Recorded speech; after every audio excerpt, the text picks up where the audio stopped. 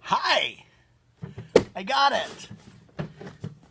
This is the plastic. This is TC808 resin.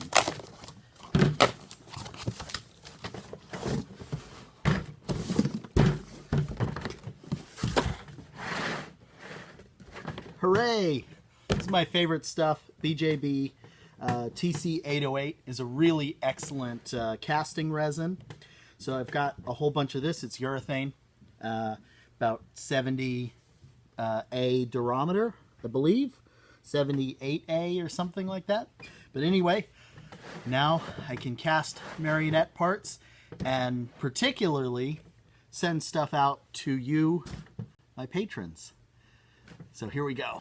Now one of the first things I've got to do after I finish taking the Jesus out of this stuff is decant it. I like these like little sports bottles with the flip top or anything of a kind of a similar, like this has a fairly wide open mouth. Something that makes it easy to pour. A plastic, in this case I think it's acrylic or something like that. Actually it's a little squishy, I don't know what it is. But something that will really stand up to having a whole bunch of, you know, really toxic plastic in it for a long time. Will seal real good, and I can easily use and pour. So that's my first thing. Okay. So a lot of people don't know this, but a bottle like this, you're supposed to pour in this direction, not in that direction. And the reason is you can have a heck of a lot more control over it from here than the other way. And I did spill just a little bit there, looking at the camera instead of what I'm supposed to be pouring. But yeah, little trick for you if you didn't know that. Always pour one of these containers that way. Get this all done. Now this one is always a little harder because it fuses. The part A always kind of crystallizes with oxygen. Really important to keep oxygen out of your plastics because oxygen and humidity get together and really ruin urethanes. Actually, technically, you can add very small amounts of moisture to your urethanes to create deliberate foam. If you want your urethane to foam at all, you want to make a lightweight plastic, spritz just a little bit of moisture in there, stir it real good so that the water is atomized into the mixture, and you'll actually get kind of a nice foam. So here we go.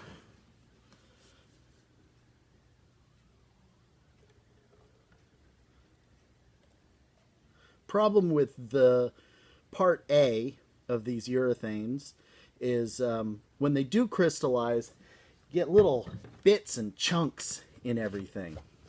So what I'm going to do, I just clamp this down. I'll probably use everything up that's in these two vessels pretty quickly, so maybe it doesn't matter. But I like to spritz a little bit of nitrogen spray in here just to chase out all the oxygen and water and make sure it stores better. If it's going to be stored for a long time, that's what you got to do.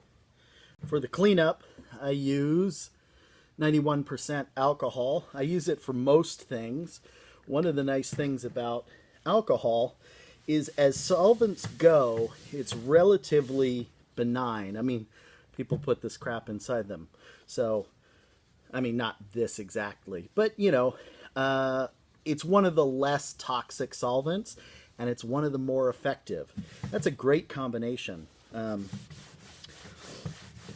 always touching things that are going to kill me, you know? So it's nice to use a solvent that's not going to kill me. At least not unless I actually drink it. There we go. I like to really get my containers clean. I work in a little bit of chaos, but I like to have my plastics, my silicones, any mold making materials, I like to keep them really nice and clean and try and get as close to clean room environment as possible. You just get better results. I don't really like wearing gloves. I'm not really a big safety guy. I mean, I try a little bit sometimes, but I much prefer to simply not spill things and simply not get stuff all over my hands than to protect my hands and then cover myself in schmoo. This is Extend It something, some silly smooth on label, but essentially what it is a nitrogen spray. And essentially what it does, as it shows you handy right there on the little label, see if you can read that, forces the air and moisture out, which makes that store for a little bit longer. It's worth it. I mean, if you spend $200 on a kit of plastic or $150 on a kit of plastic, and you spend 10, 12, maybe 15 bucks on a can of this, one spray every time you close a container up, you probably will save a couple $1,000s worth of plastic with this one can by not letting it go bad. Because this is Patreon Day, I'm going to send this to a bunch of folks. Let's see. This is the police emblem for the New South Wales Police Department in Australia in about 1850. So I didn't put New South Wales because that was a little bit more detail than I wanted to do. You can see this whole thing's about the size of my thumbnail. But this was the badge that I did on the Marionette police officers for that last show that I worked on. So the first thing I did is I had used this PVC pipe cap and I turned it on the lathe to get all the round bits. And then I very carefully sculpted in all of the little leaves. Boy, I hope this comes out. This camera is not the best for getting focus of this kind, but we'll see how well this turns out. Anyway, I did that and got it to look pretty good the way I wanted and made a mold of it.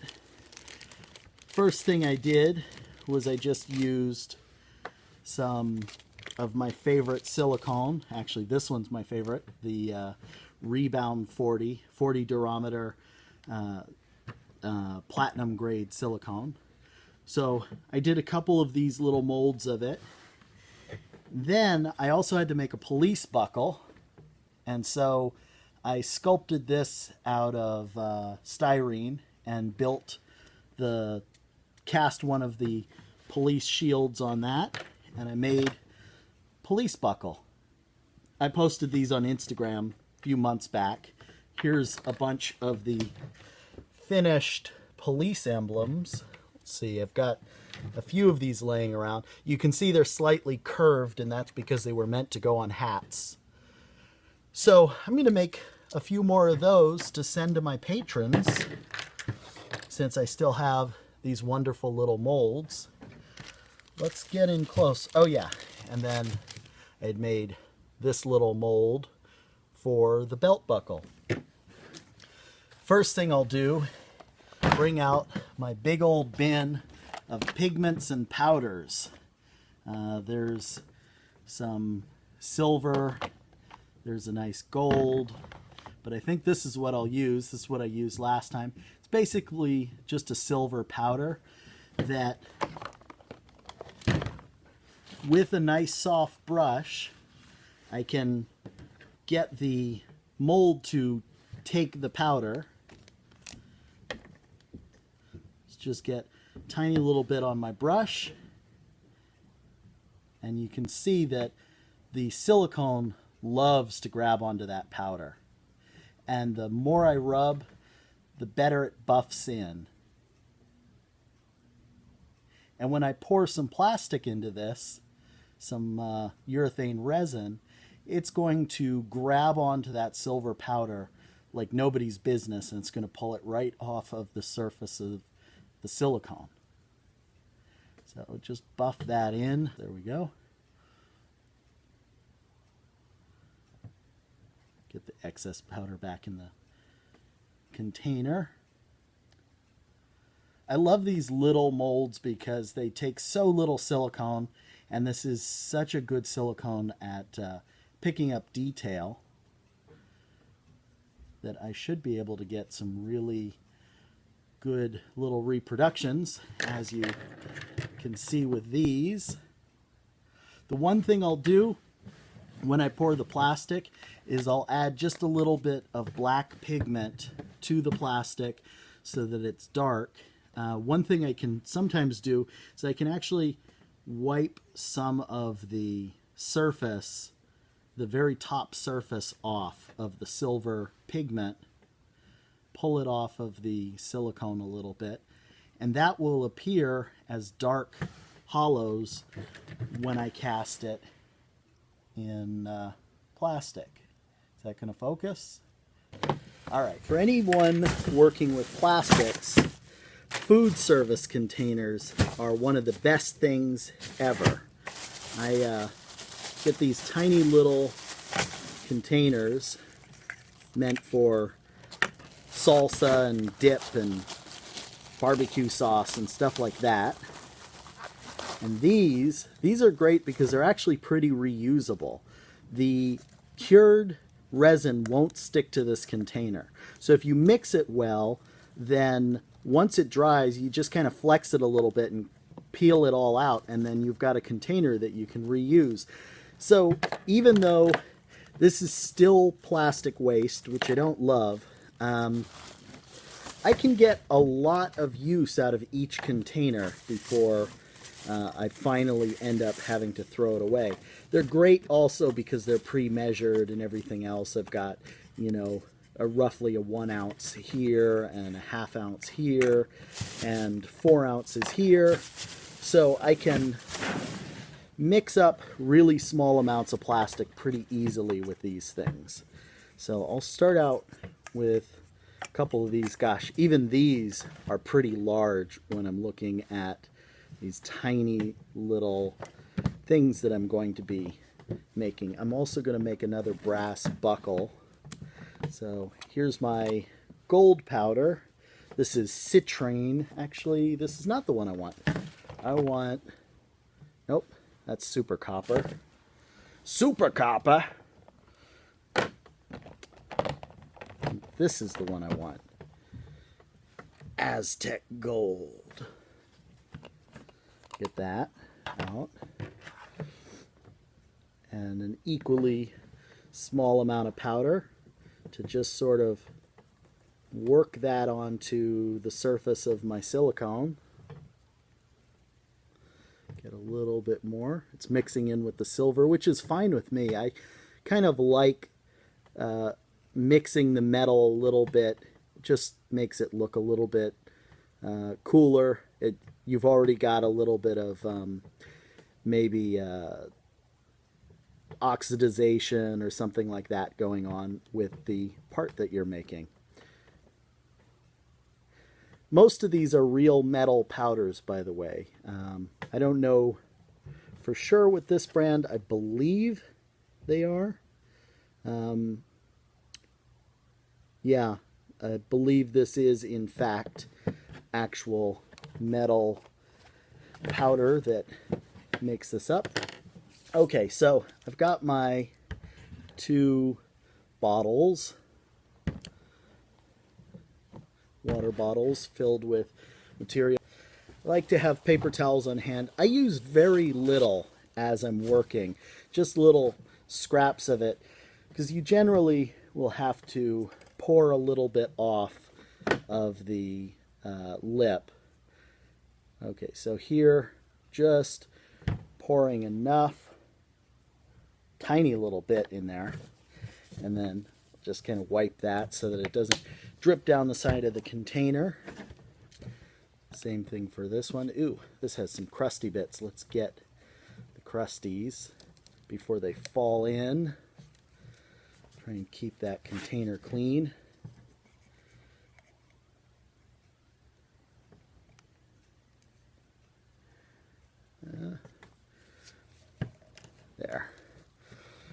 Yep, just little bits of the paper towel as I go. Now, one of these is slightly thicker than the other, so you may notice that I actually poured slightly more of the part B than the part A. And I could pour these into one container. These type of containers that are made out of styrene rather than this, which is, I believe it's polypropylene, the styrene doesn't let go quite as easily. So I actually tend to use these just for measuring and not for mixing because I can't reuse them. So let's first pour my part A in. And I can usually just let the viscosity of it, it's very low viscosity, it's very thin. This is more thick, which is why I usually pour a little bit more of it, because most of this will just drip out of the container. And then I turn the container upside down and around, and that's how I keep the drip from going down the side. Now I'm going to add just the tiniest little bit of black pigment. This is a BJB pigment. These are really good, strong, reliable pigments. Just tiny little bit, just scraping off the inside of the container. Look at that, not very much. Maybe take a tiny bit more than that. And mix that up to start it.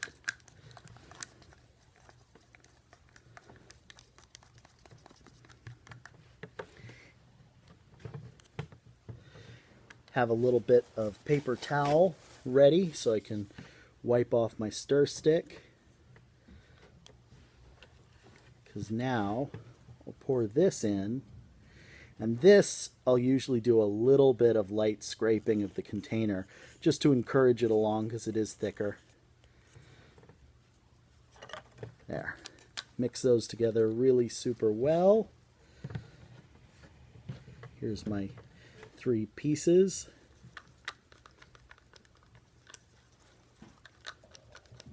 Now this has a cure time or a pot life of about 90 seconds. I usually have about that much time, maybe 30 or 40 seconds at most to mix it. I don't really need that much time, especially if you've worked with this stuff a long time, then you're pretty efficient with it. Kind of know when it's mixed and how much to give it. Tap out some of the bubbles. And then this is tricky because there's so much detail that I'll probably just get a little bit on here, and then I'll try and use my stir stick to scrape it around in there. And one of the things that this is going to do is it's going to force it into all the detail, but it's also going to scrape off the top surface of my silver a little bit. You can actually see my silver is mixing in a little bit with my pigment color. Now let's put this on a more level surface. This table is terribly unlevel, folding table I'm working on. But it's great for working with plastics because the plastics, they drip, they won't stick to it. So get that kind of on there. Same thing with my gold one. Gently, because it's wood, I don't want to destroy my silicone or anything. Then I'll pour in the rest.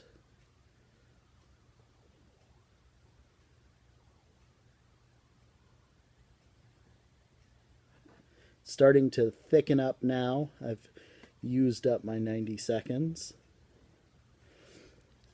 There we go.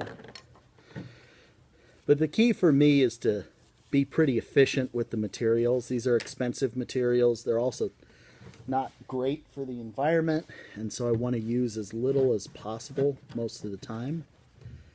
And I want to have as much effect as I possibly can out of them. I don't often have a ton of money to spend, so it's good to treat all materials as valuable and as not necessarily a renewable resource, but one to kind of be careful with and husband a little bit. So anyway, once this cures, I'll actually just be able to peel all that out of the container and reuse that container over again. Same thing with these. In fact, I don't have a pen here, but what I'll do is I'll label this one A and this one B so that I keep pouring into the same containers when I'm measuring things out. Okay, these are all cured. I'll show you how nice and easy it peels out of the mold, just like that. That came out pretty nice. Here's a couple more. Peel that out. And I'll usually sand the back of these a little. This is still slightly soft, just needs a little bit more time to cure up.